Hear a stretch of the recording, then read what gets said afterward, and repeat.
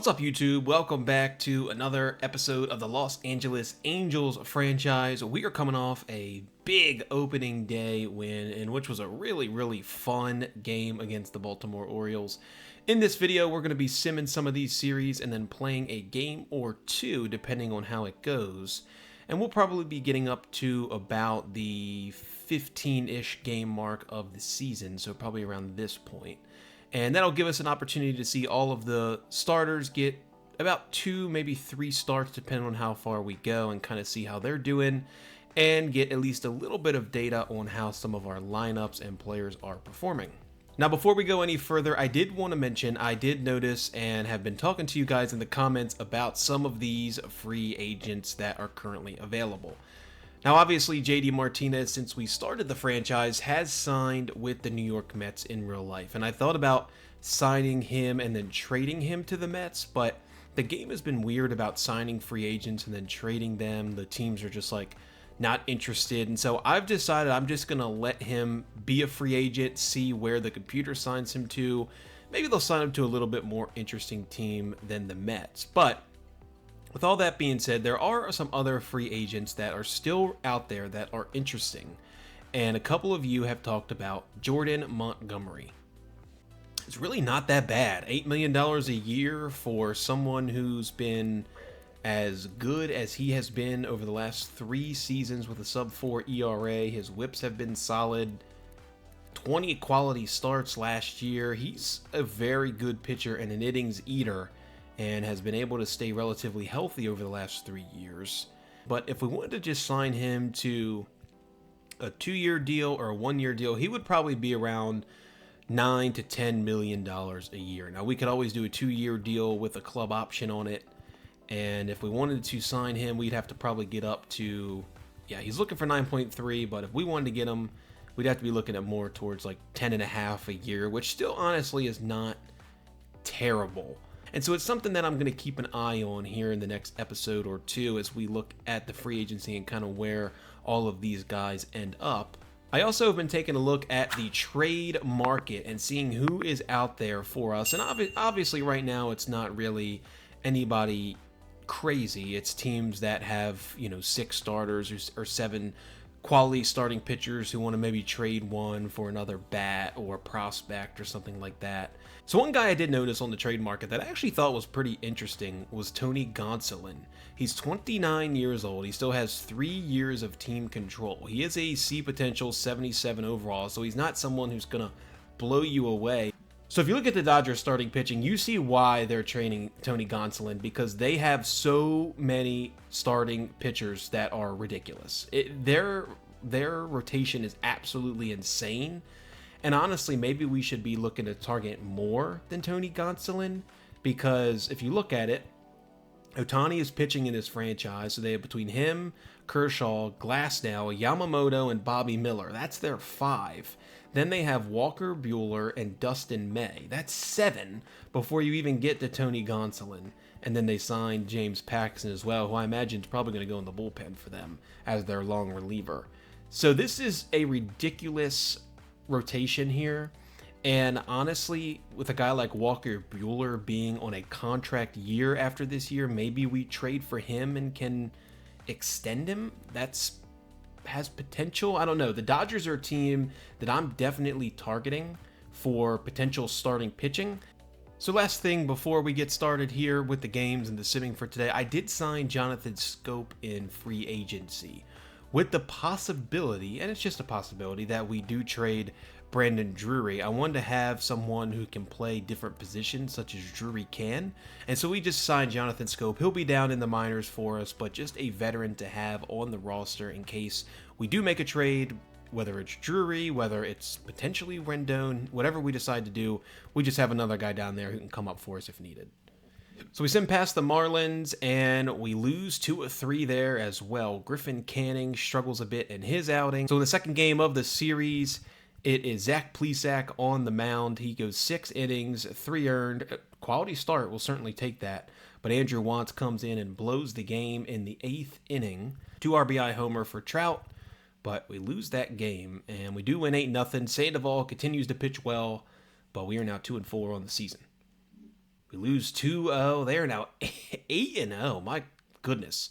So we're going to jump in and play this last game of the series against Boston. Down by 1 with a runner on base. And the Red Sox are looking to go 9-0 on the season. We'll jump in and play this one, and then I think we're going to play the last. So 1 out, bottom 8, and Nolan Shanwell at the plate, gonna go after the first pitch, and that will be popped up to center field. Not enough speed on second for Rendon, and so that will be the second out of the inning. As Neto's gonna hit that one down the third baseline, and it's gonna be fair, and it's gonna be a ground rule double. We will certainly take that as Zach Neto just punches it down the third baseline, just stays fair. And look how close that was to going foul, but we will take it, and the game is tied. It's always good to see Neto hitting because that is his biggest struggles. If he can get going at the plate, he's going to be a really nice piece for us here in the future. So Drew Pomeranz is on the mound. That's who the game had in. We'll keep him in there for the 9th, although we do have some people warming up, but we will keep Garcia. It looks like we've used a good amount of the bullpen already for this game, so don't want to expend too many guys here at this point. So hopefully Pomeranz can just get us out of this, and we can possibly walk this game off. 1-2 by Pomeranz, swung down to Neto at short. Easy play to first for out number 1. We're going to go high inside here and see if he can hit this corner. Just a bit high, and 3-2 with the red-hot Reese McGuire on deck. We're going to try and hit this two-seamer on the low outside edge, and hopefully he rolls it into a double play. And he does roll it, but it is foul. First pitch, we're going to go off speed here, and that one is way off. So Pomeranz walks the man to second with 1 out, and here comes Reese McGuire. Try to hit him with the high outside fastball here, and he takes that one to right field, but Mikey Moniak able to get on it for the second out of the inning. And that will do it for Drew Pomeranz. I think it's worth it to try and bring up a matchup here with the one-hitter Pablo Reyes. He's been excellent as well. God, the Red Sox can hit. So we're going to go ahead and take out Drew Pomeranz and play the righty-righty here. All right, Carlo Estevez is coming in. He has not, I don't think, pitched this year. This may be his first appearance of the season. But we're going to need him to come in and get 1 out in the 9th inning with a depleted bullpen to give us a chance to walk this game off. He does throw upwards of 99 miles an hour as that one's popped up to center field. Mike Trout gets over, and we are going to the bottom of the 9th and looking to end the undefeated start to the season with Mike Trout due up. All right. Drury works the count full. If he can get on for Trout, who's hit 2 home runs today. God, he has been red hot to start the season. As Drury's going to take that one to right field. That's going to get down, and it's going to be extra bases. Drury rounds first, or is it going to be extra bases? Throw! Not in time. It is a double for Brandon Drury. And Mike Trout's going to take that one to right field. That ball is going way back, but it will be played. Runner will tag from third. He is slow, but he gets there. And now we are a sac fly away from potentially winning this ball game. So Mike Trout doesn't get the run in, but he at least advances the runner over for Taylor Ward with an opportunity to win this game. He's 0 for 2 today with 2 walks. And the infield is in. 0-2 to Ward. And Ward takes that one to center field. That one will be off the wall, and the Angels end the Red Sox undefeated start to their season. They go to a measly 8-1, but that is a big win for us to beat one of the best teams in the major leagues here early on. A come-from-behind victory down in the 8th. We pick up the win. Great job by Taylor Ward just getting a hold of that ball and taking it deep to center field. And we will pick up the win, and then we'll go ahead and play the last game of this series.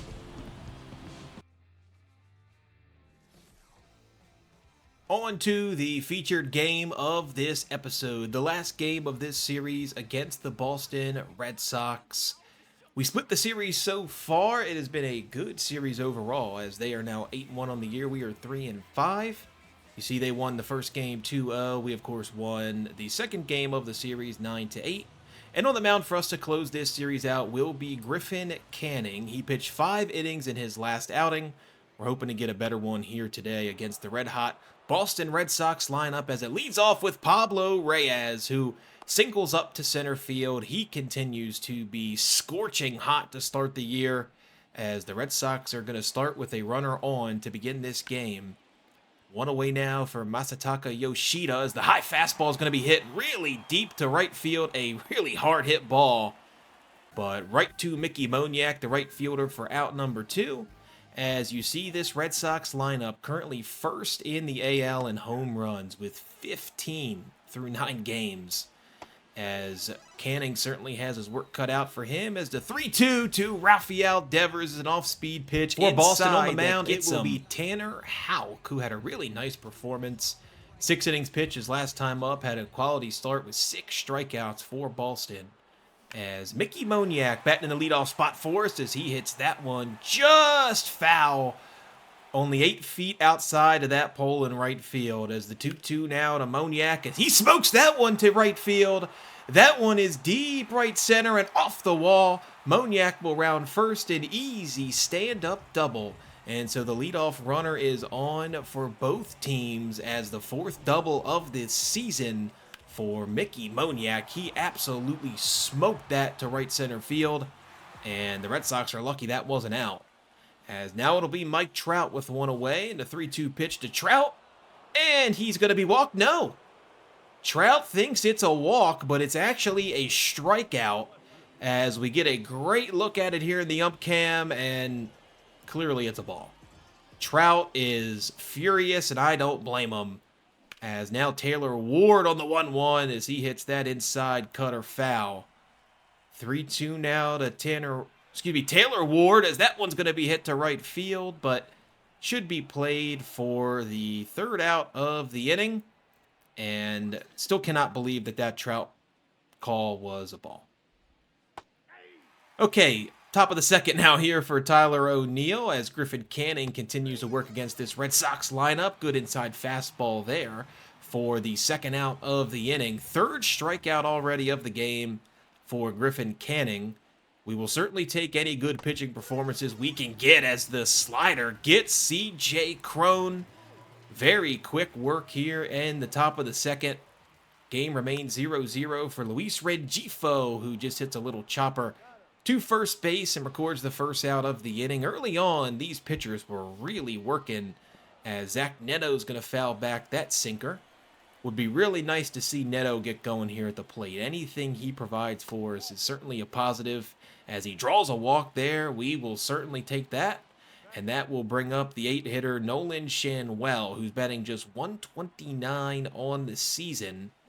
And the 1-2 to Shanwell will be hit fairly hard, but right to the shortstop, over to second for out number 3. And that will end inning number 2. We remain tied 0-0. On to the top of the 3rd, 2-2 pitch here to Cedane Rafaela.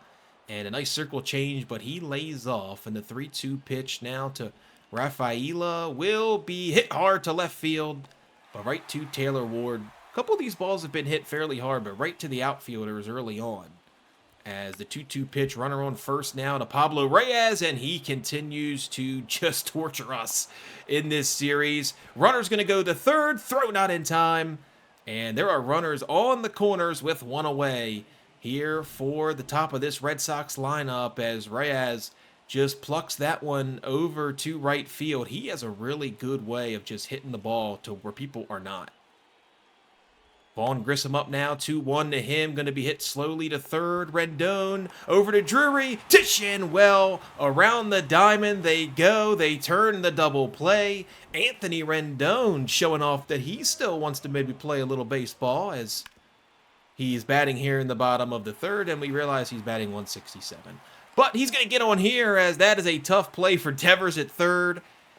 Very nice job by Rendon to actually beat it out, believe it or not, as he leads off the inning getting on base, and back to the top of the lineup for Mickey Moniak, as he's going to swing through the sinker there. 3-2 pitch now to Mickey Moniak, and that one will be hit up the middle for a base hit as runners now on first and second with no outs in the inning for the top of this Angels lineup, and Brandon Drury as the 2-1 to Drury. It will be a sinker outside. Great eye for Drury. Now 3-2 to Drury. And another sinker that gets too far outside. And the bases are loaded for one Michael Trout. 2-1 here to Mike Trout. Not where you want to be if you're Tanner Hoke, as he's going to ground it to third. Throw back to home. Over to first, and they turn the double play.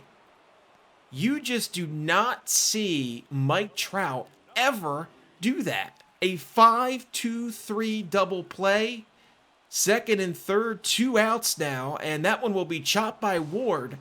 And the Angels, who had bases loaded and no outs, score no runs. It remains a 0-0 game, with the heart of the lineup, including Mike Trout up to bat, with the bases loaded. A huge wasted opportunity as Devers hits that one against the shift along the third base line. He's going to round first. Throw by Ward will not be in time. And now is it a 1-out double for Rafael Devers. Still cannot believe the Angels were not able to score with the bases loaded, no outs, as Devers just chops that one down to third base. Rendon was too far over on the shift. And the Red Sox again are threatening to score here. Emmanuel Valdez now up, 2-1 pitch. He'll hit that one to third. Rendon, busy inning over there at the third base line as he makes the play for out number 2. Tyler O'Neill now, 1-1 pitch. Devers still on second. He hits that one over to third base as well. Nice play by Rendon. Gets out of the inning. So both teams are really leaving some runs on the board here as we are in the bottom of the 4th inning. It is still 0-0. You would expect with these two offenses, there would be more runs on the board. But it has been 0-0 so far, as that one's going to be a hit by pitch by Luis Rengifo, so he will take on first, and that will do it. So Tanner Houck's going to come out of the game, and Lucas Luetge will come in. So they pull the plug early. Did not like what they were seeing from Tanner Houck. He was definitely a little bit erratic. And so they'll bring Luetge in here as he tries to work out of this one, as Ohape is going to hit that one to left field for a base hit. So again, the Angels are threatening to score. They have runners on first and second, no outs. And now it'll be the 7-hitter, Zach Neto. As Neto's going to try to lay down the bunt, but to no avail. The 1-2 pitch now to Zach Neto, just 226 on the season. Would love to see Neto turn it around a little bit at the plate as he swings through the curveball, strike 3. 3-1 now to Nolan Schanuel. Lefty-lefty matchup. As Schanuel's going to hit that one to center field. It will fall. Runner will come around third. Throw by Tyler O'Neill. Not in time. As the Angels finally get a runner across home plate. Nolan Schanuel, lefty-lefty. Was not expecting that at all. But he does it. He hits it up the middle of the field. And we finally put a run on the board, as Mickey Moniak now swings through the curveball. And the 1-2 to Moniak, and they say he went on the check swing. But we were able to at least get one run. We honestly should be getting more than that with first and second, no outs. But we are at least able to get a run as the Angels take a 1-0 lead into the top of the 5th. And Griffin Canning continues to deal as C.J. Cron swings through it there for strike 3. Man, Griffin Canning looks fantastic. Here through 4 1/3, as you see there. Nice break on the slider. 2-2 to Cedane Rafaela. He gets him swinging with the circle change. And that is the 6th strikeout of the game for Griffin Canning, as now Reese McGuire almost gets him as well with the low off-speed pitch, but he fouls it off to remain 2-2 here, as Canning now going to look to maybe go upstairs, and he will pop that one up to right field. Moniak will get over there in time to make the play, and that'll take us to the middle of the 5th inning. Griffin Canning 5 scoreless against the Red Sox, as it remains a 1-0 game. And Mike Trout, who is 0 for 2 today, We'll watch that pitch outside now. 2-2 to Trout. Career 301 hitter. That is almost unbelievable as Trout hits that one hard to the second baseman, but Grissom able to make the play for out number 2. 0 for 3 from Mike Trout. Taylor Ward now with 2 away here in the bottom 5. He's 0 for 2 as well, but he's going to hit that one up to center field, and it will fall for a base hit. So Taylor Ward gets on, as we have not been able to do much with no outs. Maybe we can get a nice 2-out rally going. As Luis Rengifo now on the 2-1 pitch. We'll watch the curveball get the inside corner for 3-1, as he's going to hit that one hard to left field. It will go in the gap. Runner's going to round second. He's at third. There looks like they're going to send him home. The throw will not come at all, and it is a 2-0 Angels lead. Luis Rengifo, his second double of the season. It's an RBI double, and the Angels are able to take a 2-0 lead, as look at Taylor Ward put it on the Jets. And we take 2-0 lead as Logan Ohape will hit that one. He's going to get that ball through the gap. Runner will come around third. He will score, and the Angels open up a 3-0 lead. We did say that it might be a 2-out rally situation, and indeed it is, as Logan Ohape just was able to hit that one between the shortstop and the second base pad, as we take the 3-0 lead into the 6th inning, as Pablo Reyes continues to dominate us and leads things off here. And Reyes will strike that one to left field. It will be over the head of Taylor Ward. Ward now has to play it quickly, as it will be a stand-up double, a 3-for-3 day for the scorching red, flaming hot Pablo Reyes. That was a bad pitch by Canning. It just was an off-speed pitch that got too much of the plate, and he certainly took advantage of it.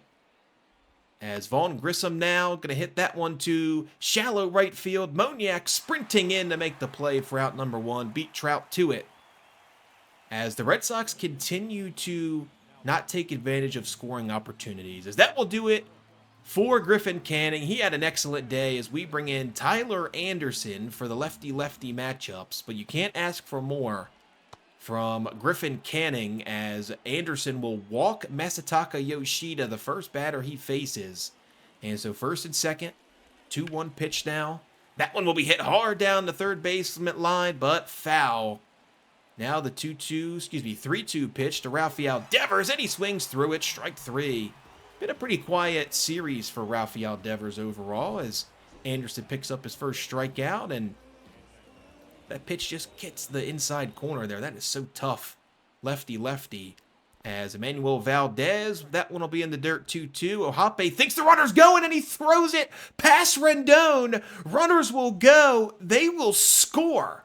And so Logan Ohape, the ball was in the dirt. I think he thought that the runner may have been going to third, and he tried to throw it quickly to Rendon. Instead, it goes to the outfield, and the Red Sox score a run off of it. And it's a 3-1 game, as that one is hit to deep right field. Back it goes, but Moniak plays it. And that will end this top of the 6th inning for Boston. And Brennan Bernardino comes in to pitch for Boston now. Just a rookie mistake by Logan Ohape. We play a lot of these young players. You definitely expect to see that. Ron Washington definitely did not look happy in the dugout, giving the Red Sox a run. You cannot give an offense like this a run. As we get a runner on first, as Mickey Moniak will pop that one up to left field. Shanwell was the one on. He drew the walk. But very quickly now there's 2 away. And maybe Angels should just start with 2 outs, because that's where we've done pretty much all of our damage in this game, as that one will be hit hard to center field, but played.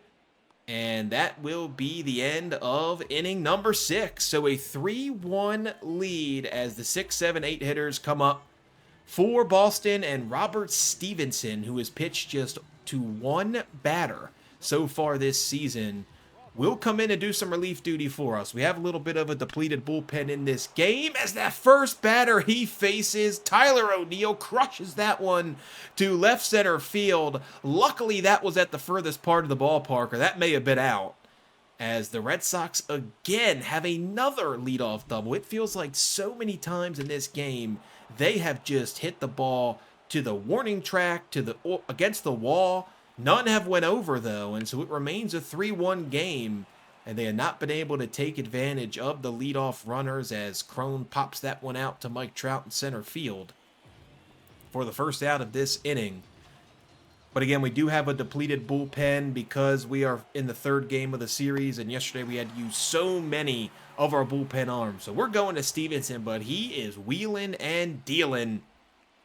1-2 to Reese McGuire, the off-speed pitch in the dirt. Hold our breath as Ohtani does make the throw for the out. And Robert Stevenson, he does throw like really hard, 98, 99 miles an hour, has nice off-speed stuff. So pretty good there as he gets us through the seventh. As the Red Sox now bring in Garrett Whitlock, and we are now getting to the deep parts of our bullpen for both sides as Whitlock comes in. He pitches pretty often for Boston. I was honestly kind of surprised to see Boston being so aggressive with their bullpen, trying to just hold our lead at 3-1 here as Trout almost goes. Surprised that the ump didn't just call that strike 3. And the 3-2 pitch, Trout watches the sinker in. And that is a leadoff walk for Mike Trout. He's 0 for 3 today, but still gets on base. He'll certainly take that.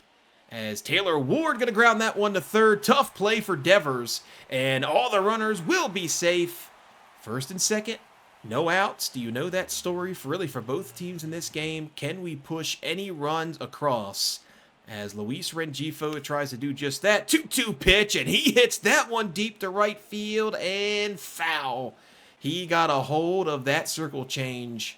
Now the 2-2, and it is a low inside circle change that he swings at for strike 3. Luckily for Boston, that first one stayed foul as Logan Ohtani, who has an RBI single today, he swings through the circle change as well, and there is very quickly 2 outs in this inning. And again, we are in danger of not taking advantage of runners in scoring position as Neto grounds out to the shortstop, and that we do just that. Again, runners getting on, and we cannot get them across. 9 hits, just 3 runs. 5 for Boston, just 1 run. As we go to the 8th inning, and Robert Stevenson remains in the game. He's still throwing 98 miles an hour, and we finally get Pablo Reyes out. It is an absolute miracle, but we finally do it as now the slider on the off speed to the outside gets Vaughn Grissom.